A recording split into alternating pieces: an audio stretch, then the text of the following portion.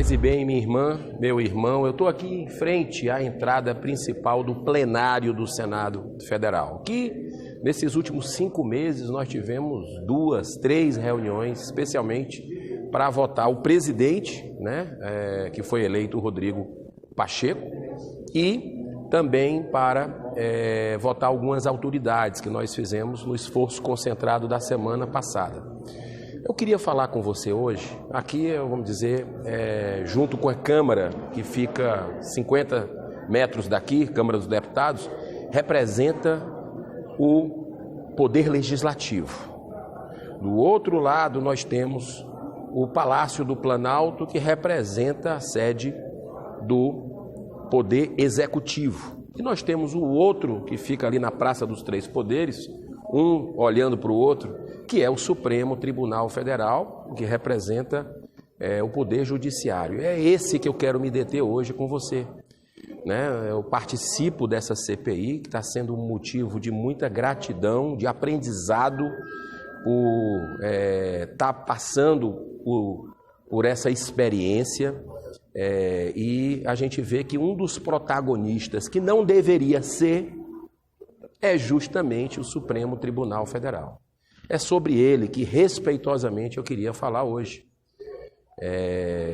O tão controverso Supremo Tribunal Federal, que, sem dúvida nenhuma, é importante para a democracia, fundamental para a democracia, mas pelas decisões esdrúxulas que tem tido nos últimos anos, por posturas de invadir a competência, tanto do Executivo como do Legislativo, que a gente viu demasiadamente, não apenas durante a pandemia, mas antes mesmo, querendo invadir aqui a prerrogativa da Câmara dos Deputados e do Senado para legislar sobre drogas, sobre aborto, sobre temas que nós fomos eleitos por você para representar o pensamento da opinião do povo, do segmento da sociedade, mas eles praticam um ativismo judicial. Uma corte formada por 11 ministros, que é a instância máxima do Poder Judiciário, que deveria funcionar como guardiã da Constituição.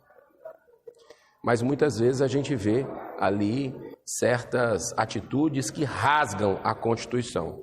São mais de 100 mil processos, eu vou repetir, 100 mil processos que tramitam na nossa Corte Suprema. Só para você ter uma ideia, 10 mil processos por ministro, isso é a base. Nos Estados Unidos, você tem uma corte formada por 9 ministros, só efeito de comparação, e circulam 100 processos para cada um. Qual é o grande mecanismo que atrapalha hoje o país, no meu modo de entender? É o foro privilegiado. Por causa desse dispositivo do foro privilegiado, que a maioria dos países não tem, o Brasil coloca na mão dos ministros um poder muito maior do que eles deveriam ter. Porque os processos de senadores, de deputados, de governadores, de prefeitos, autoridades do Brasil, que deveriam ser julgados ali na primeira, segunda instância, vão direto para o Supremo Tribunal Federal. E aí acontece aquele jogo. É óbvio que acontece aquele jogo, que é um poder protegendo o outro. Porque quem deveria fazer a investigação, analisar o trabalho do Supremo Tribunal Federal, eventuais denúncias e tudo, é o Senado. Só que muitos senadores, e inclusive parlamentares, têm processos no Supremo Tribunal Federal, na mão de ministros.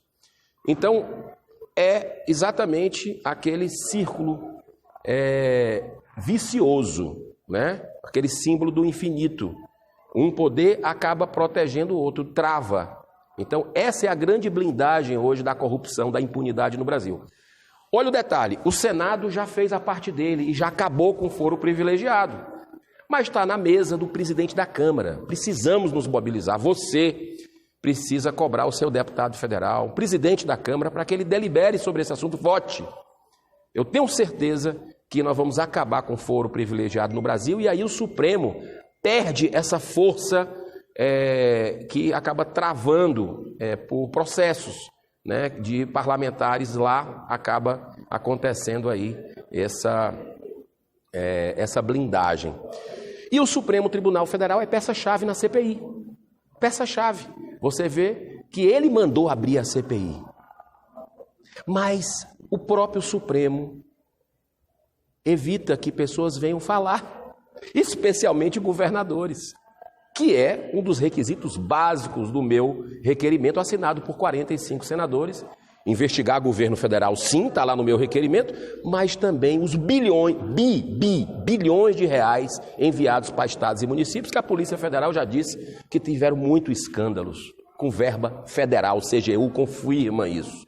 Mas o Supremo não deixa a gente fazer o nosso trabalho. Estamos de mãos atadas, à mercê do todo-poderoso Supremo, que está acima dos demais poderes.